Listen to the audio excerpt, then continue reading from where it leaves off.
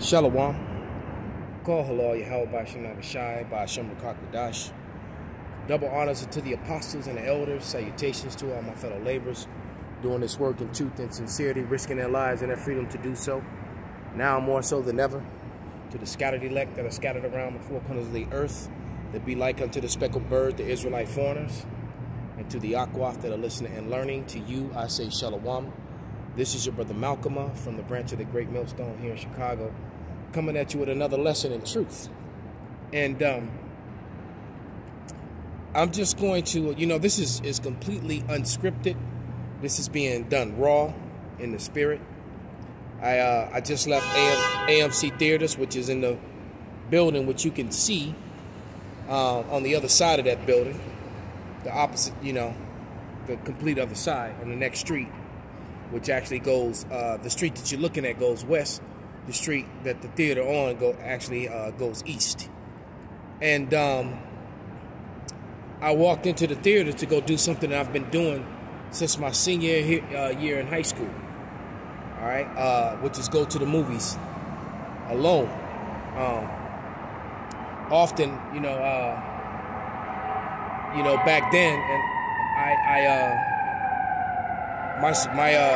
my day ended at fifth period. Because, I was a smart-ass kid, and I was like 4 credits ahead by the time I got to my senior year, because I took so many classes in my freshman and sophomore year. So my junior and senior year, my classes were pretty thinned out. And I got out after fifth period, and I worked Monday through Thursday after school. I would work at a grocery store that was owned by a bunch of Jewish people. And on Fridays, I was off. So every Friday, after fifth period, which was like right around noon, 12 o'clock, 12:30, I was done with school. So I would head downtown for 2 reasons. There was a gang of women downtown, and I would go to the movies. And that was a lifelong thing that I've done. To this day, I still would, go to the movies all by myself. All right, and I'm telling you that because I just left the movies, and I couldn't attend the movies because I didn't have a proof of vaccination. All right, so we are here. That time is here. Draconian measures are being implemented. The grocery stores are thinning out to the point to where they're not now showing it on the mainstream media, talking about it on mainstream media. It is actually happening. So these are the last moments of I won't even say of normalism, because it's not normal. Right now it's completely not normal. But as far as these people that are just walking around, enjoying the weather, sightseeing, Navy Pier is probably like not even a half a mile, maybe a quarter mile east of where I am now. And a lot of people just walking around sightseeing on dates, out with the family. People come downtown and they go to the restaurants, or they go to the, to the different little museums or whatever, sightseeing. And they go check out a movie, and then they go have a restaurant, take the kids to McDonald's to eat the poison. And these are the last moments of that sort of freedom. All right? It really truly is. And I want to read a scripture. This is 2 Ezra 6:22.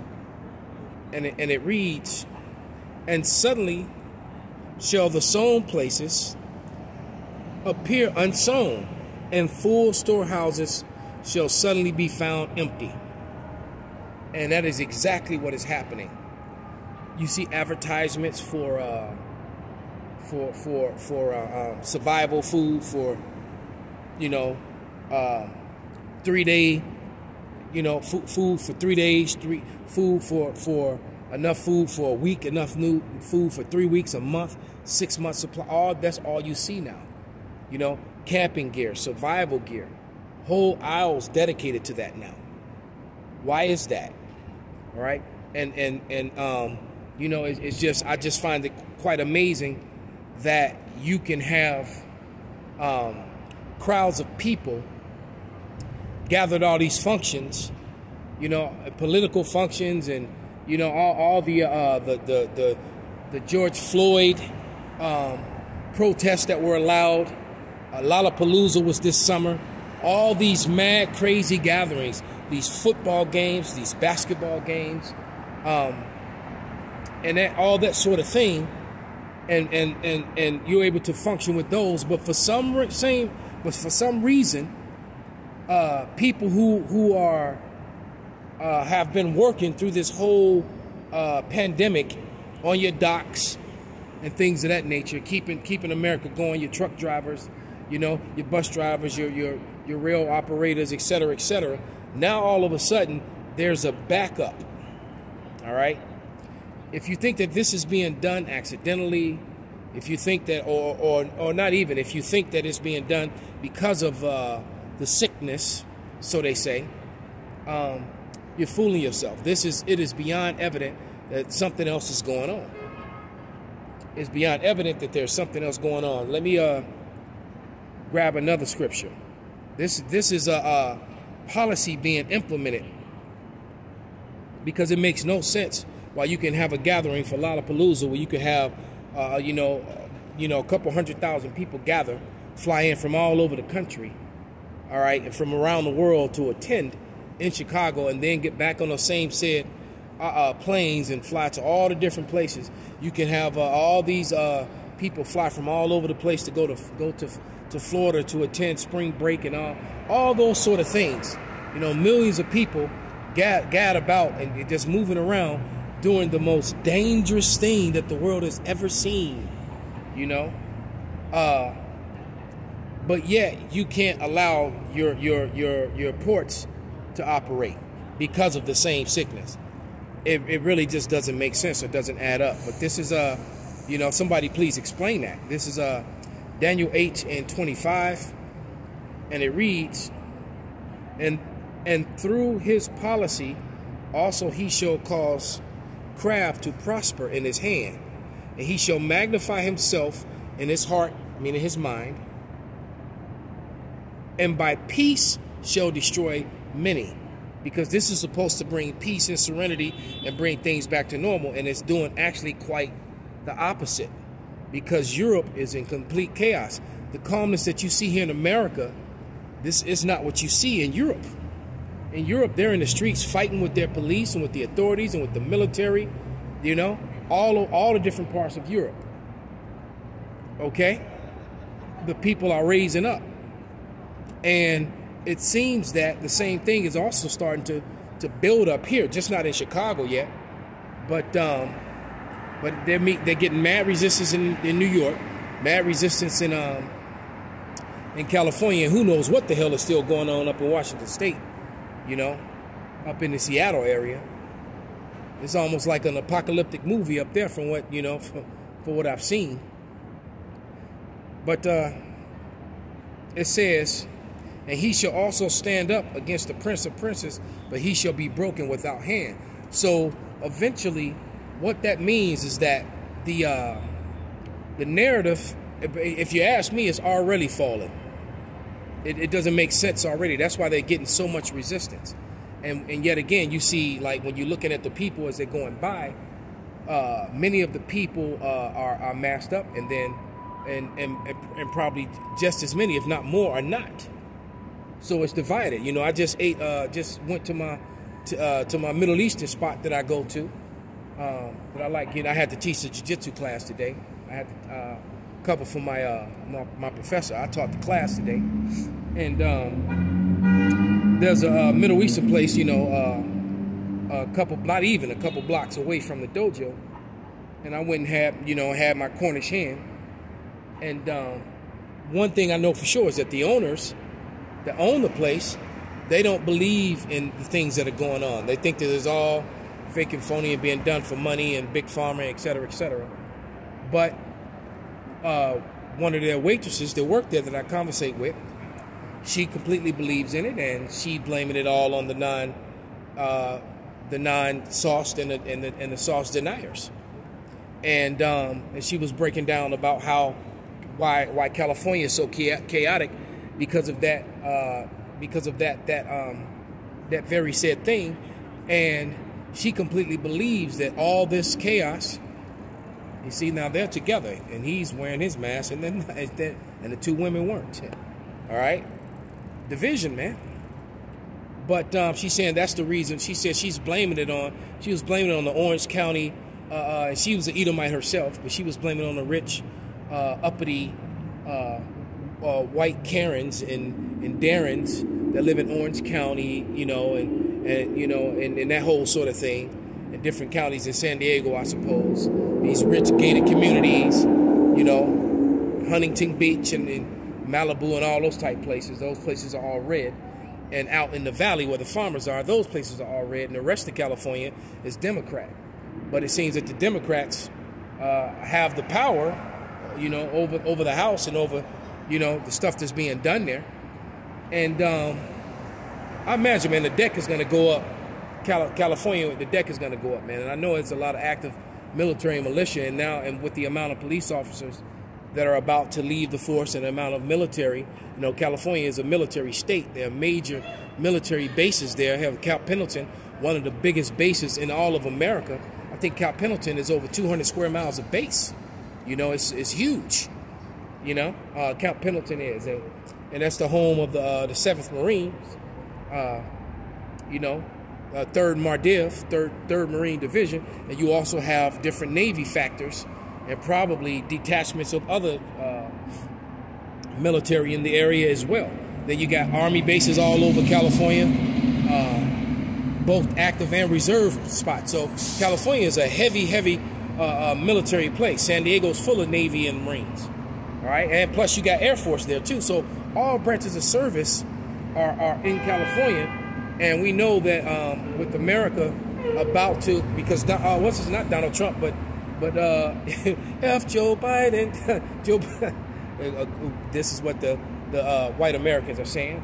Many of them, majority of them at this point, including those who voted for him. But what he wants to do is he wants to dishonorably discharge many of these soldiers, which is not going to sit well with a lot of high-ranking soldiers, with a lot of soldiers that are retiring, and a lot of retired veterans that have honors. And I mean high-ranking, low-ranking, guys with honors, with medals and all sorts of accolades. This is not going to sit well with many of them. And the division in America is real, man. This is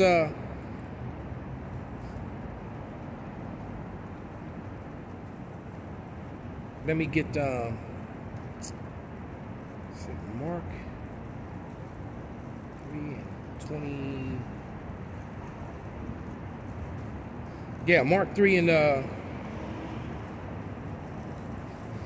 23, and it reads, and he called them unto him, and said unto them in parables, how can Satan cast out Satan? Right? And remember, Satan is a man, a people. The Lord, the adversaries, the human adversaries. Okay, adversaries of the Most High, adversary of the Lord's people, His chosen, the Israelites. All right. And if a kingdom be divided against itself, that kingdom cannot stand. And if a house, a race of people, be divided against itself, that kingdom cannot stand. And if a house be divided against itself, that house cannot stand. And if Satan rise up against himself and be divided, he cannot stand but have an end. And what you're seeing is that Jake is kind of, in a stupor. They're either with it or not, but they're waiting for it to all go away. Meanwhile, Esau is ready to get at Esau. And the elites know that their biggest resistance is going to come from their own people. And that's why they're preparing for him. All right. As a matter of fact, let's go to 2nd Ezra.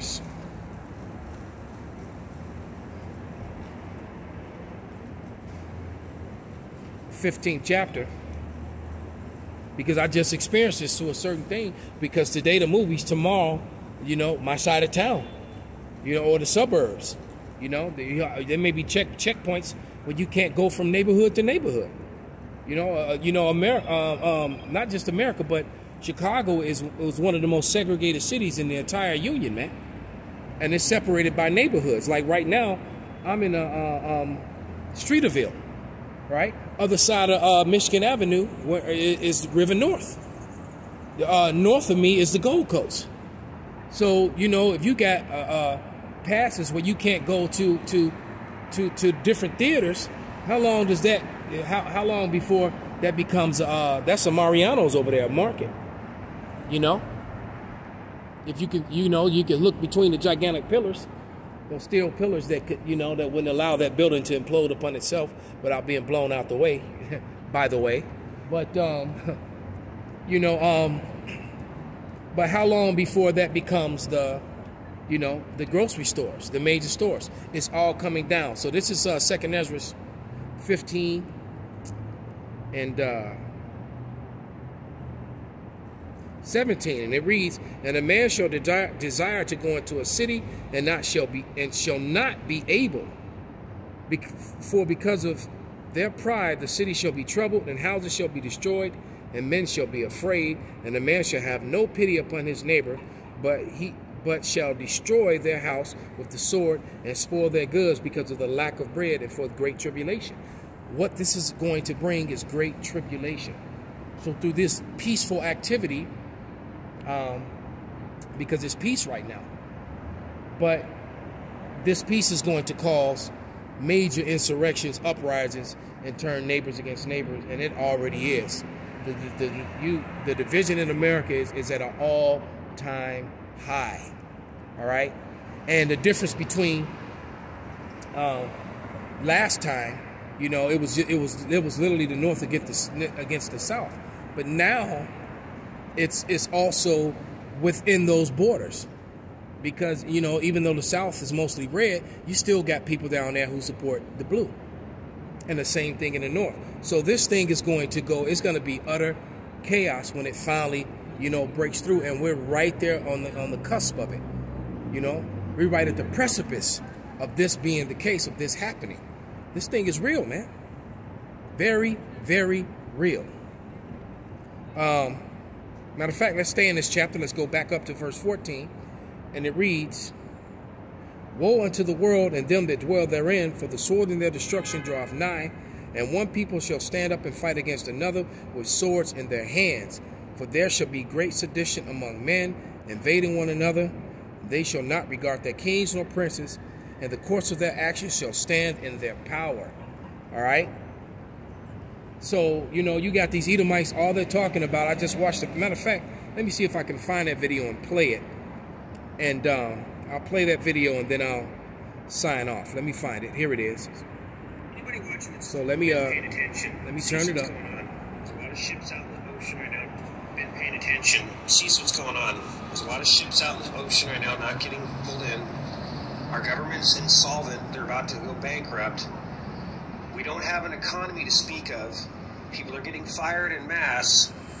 Are you guys seeing what's going on here yet? We're getting shut down. Just like I said, my other TikTok that got banned. They're shutting us down. They're degrading us. They're going to starve us. I don't know if you guys are aware of that or not, but if you haven't been prepping, it's probably too late for you. I'm just going to be honest with you, because you got about a month at most. I really think that's about what we have left on the shelves, at best. But none of the ships are getting delivered. Dollar bill got dropped as the world reserve currency. We're done. We're going to be turning into a third world country like Venezuela. You guys think this is a joke, like it never happened. It's happening as we speak. As soon as that happens, hyperinflation is going to set in. Probably this winter. I hope you guys got yourself some silver and some Bitcoin, or just something. Bullets, guns, food, water, firewood. The very minimum. It's going to get ugly, and it's going to start this winter, and it's going to last for a while. Don't say I didn't warn anybody. And regardless of what all you lefties talking shit, so you're wrong. I hope I am wrong. I pray to God I'm wrong about this. He's not. You know what? I haven't been. I've been right about everything the last fucking 10 years. I called this shit years ago. See, what you guys need to understand is that these elite people, the ones that are pulling all the strings, that are doing all this shit to us, they write about this stuff. They put out books and pamphlets and documents, and they publish it. They put it in movies too, cartoons. Plans, what they plan on doing. It's not a secret. Google this, Operation Lockstep. It's right on the internet. It's not bullshit. It was written about 10 years ago. If you really want to know what's going to happen next, just read that. And then while you're at it, Google the document SARS Pandemic by Johns Hopkins University. There's another one. They're going to tell you exactly what's coming next. And then Google Event 201 put on the Bill and Melinda Gates Foundation. All right, those buses are drowning out the... Yeah, happened to be a lot of noise at that moment, but you know, you got the gist of it. This is it, man. The party's over. Shit is about to get really real, man. Like I said, these are the last moments of normality, and he's right. We probably got about a month left as far as supplies, if that. And you're going to see food go up, and you're going to begin to see uproars of the people increase tremendously here in Babylon, and a lot of home invasions, a lot more. You think you're seeing carjackings and things like that in Chicago. Carjackings are getting ready to turn into home invasions, because people are going to invade each other for food. All right? People are going to be looking for food, alcohol, and entertainment. All right? And there's going to be a lot of rape going on with these women. All right? There's going to be a lot of that going on. So things about to get bad. And he said if you haven't been prepping, it's probably already too late for you. Even more so if you haven't been prepping, more so being prepared, you know, with the Lord. Prepping, when we spiritually prepping. If you haven't been spiritually prepping, you're screwed anyway. You can have all the guns and food in the world, but you remember that scene in The Road when they found that underground bunker in that backyard. The people who set that bunker up, obviously they were dead. So all that food, water, drink, and stuff that was inside that bunker, they didn't get to use it. All right? And the scriptures clearly say that the Lord, that his elect are going to eat. So the rest of you people are going to be starving. You know, he's walking by with his dog. A lot of people are going to end up eating their dogs or their neighbors' dogs. All right? And eventually people are going to eat one another. The Bible prophesies of famine, and it also prophesies of cannibalism. That's going to come back again. All right? So with that, man, you know, it is what it is. So with that, I'm going to give all praises, honor, and glory unto Yahweh, by Hashem, Yahweh Shai, by Hashem Rakak Wadash, Kwam Yasharala, Wa Abba Babal. Shalom.